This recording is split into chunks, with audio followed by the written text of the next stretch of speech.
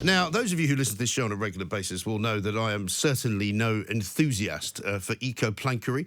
Neither am I an enthusiast for carbon neutrality. Neither am I in any way a supporter of Extinction Rebellion. And I'm very happy to say that the man I'm about to speak to, Dr. Benny Pizer, is of a similar disposition. Dr. Benny, a very good morning to you. Good morning. Thanks very much indeed for joining us. Now, it doesn't come as any great surprise that we've been issued with yet another dictum from the eco-maniacs saying that, you know, it may not be possible for us to be climate neutral or carbon neutral by 2050. And I would certainly go along with that. Yeah, I mean, this new report is basically trying to debunk the claims by Labour and by Extinction Rebellion and climate activists that it would be possible to completely decarbonize before 2050. And as you said, the implication would be no more meat eating, no more flying, hardly any driving. But what is more interesting in the report is that they're saying by 2050, we will have to do it anyhow. Yes. We'll have to cut eating meat by half. We have to cut flying by half. So no more cheap holidays abroad. No more really cheap meat. No cheap driving. No cheap heating. Everything will be expensive.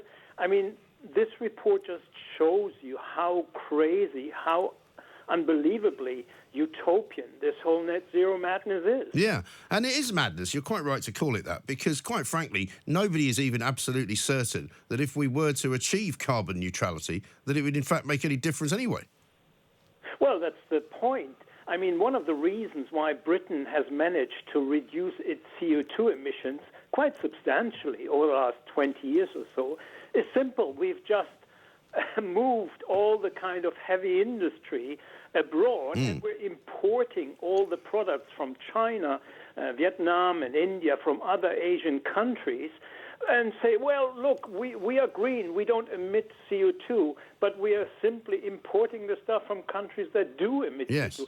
So no matter, even if Britain were to go completely zero on carbon emissions, it will be totally overwhelmed by CO2 emissions in the rest of the world. So it's completely futile unless there is a global agreement that everyone does the same, and we know that's not going to happen. No, of course.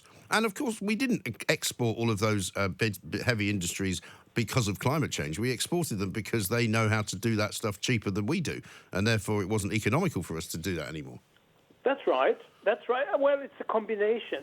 It's cheaper to produce these things in countries that have lower standards, lower wages, and we obviously benefit from cheaper products. So we can go to shops and buy very cheap clothing and shoes, and everything is much cheaper because it's produced in low-labor countries. Yeah. But we shouldn't assume or claim that as a result we are such a green low-emitting country, because we are still using the same products that are produced with CO2 emissions. We're just not producing them in the UK. Right.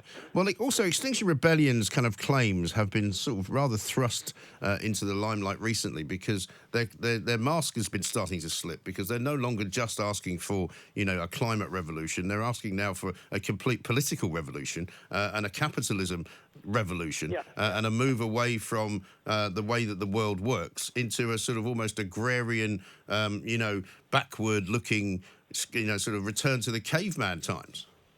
Well, parts of them are advocating them. Parts of the climate campaigners have always been anti-capitalist and always used the climate issue to bash our free market economies. But the point is that the more they advocate these kind of policies, the less popular the issue becomes. And so you already see a growing concern about the rising costs of these policies.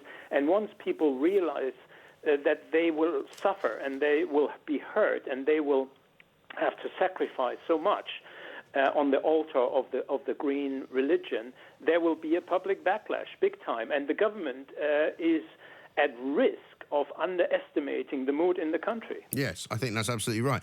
And I think you told me the last time we spoke that, we've gone as far as we can go as a government and as a country without causing people too much pain in terms of, the green sort of policies that we've been introducing. Now comes the time when it's difficult for the government because they're going to have to start causing pain, whether it be in a taxation form or in changed behaviour.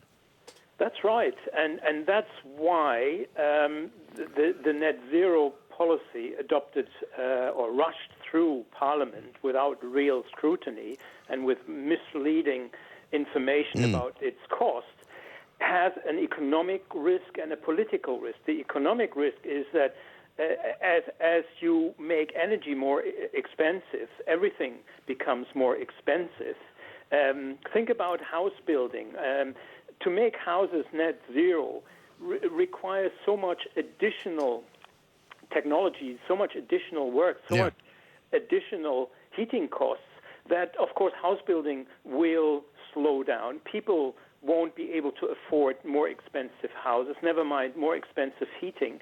So there is an economic price, but there's also a political price because the government would very quickly become unpopular if people felt that pain in their pockets.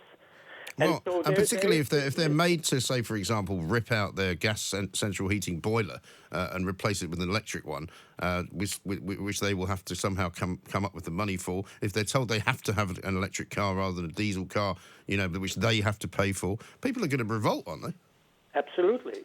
That's the political risk of these policies that haven't been fully thought through, haven't really been costed. Government has never, ever really fully costed these policies. And whenever they are asked, they are not providing any information or costing. So it's a political risk, and it's very unlikely to happen.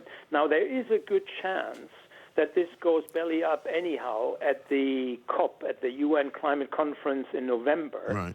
When the UK public will realize that some of the big players, some of the big emitters, particularly China, India, and the US, have no interest whatsoever in these net zero policies. And eventually they will realize that this is just virtue signaling without anyone following suit. Well, exactly right. Which begs the question, I suppose, is Greta Thunberg right when she says that, nobody's doing anything? Because I always say, well, you can't just keep coming to this country and telling us we're not doing anything because this government has pledged to do all sorts of things.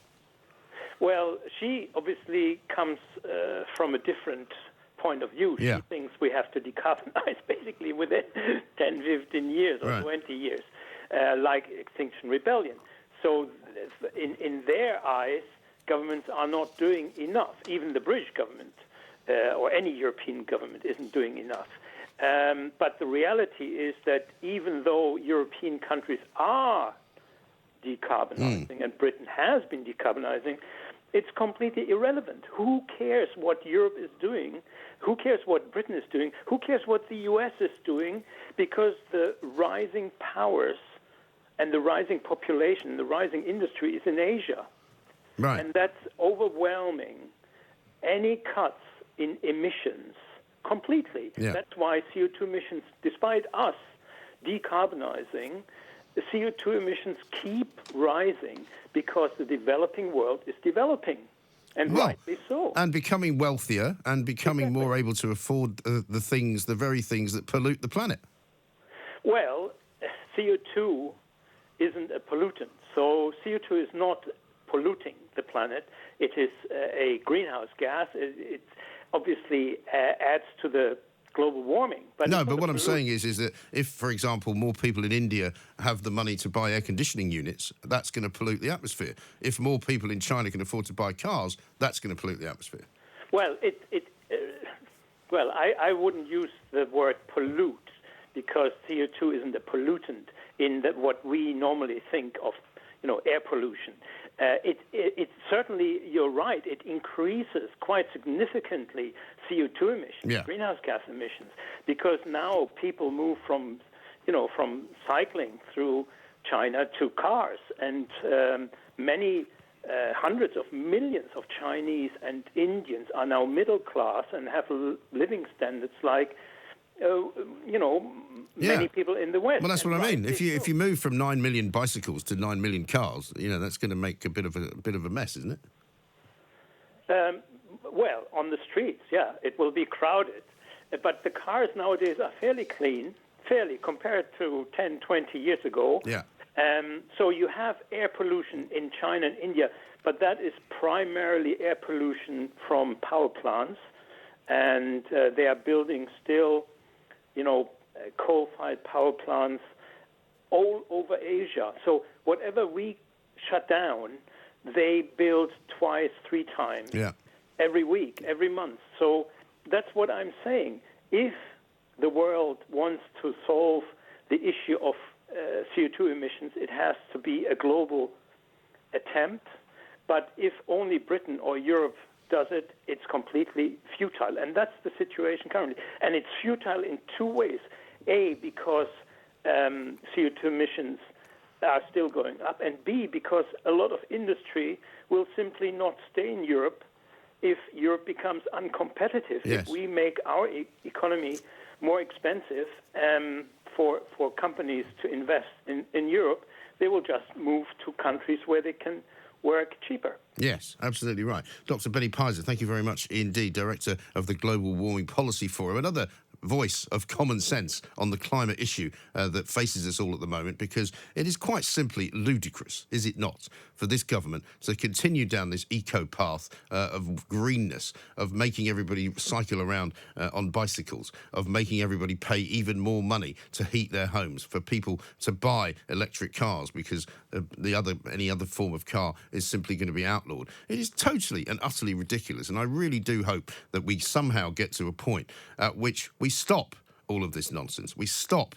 all of this craziness, and we stop trying to become climate neutral or carbon neutral by any time whatsoever.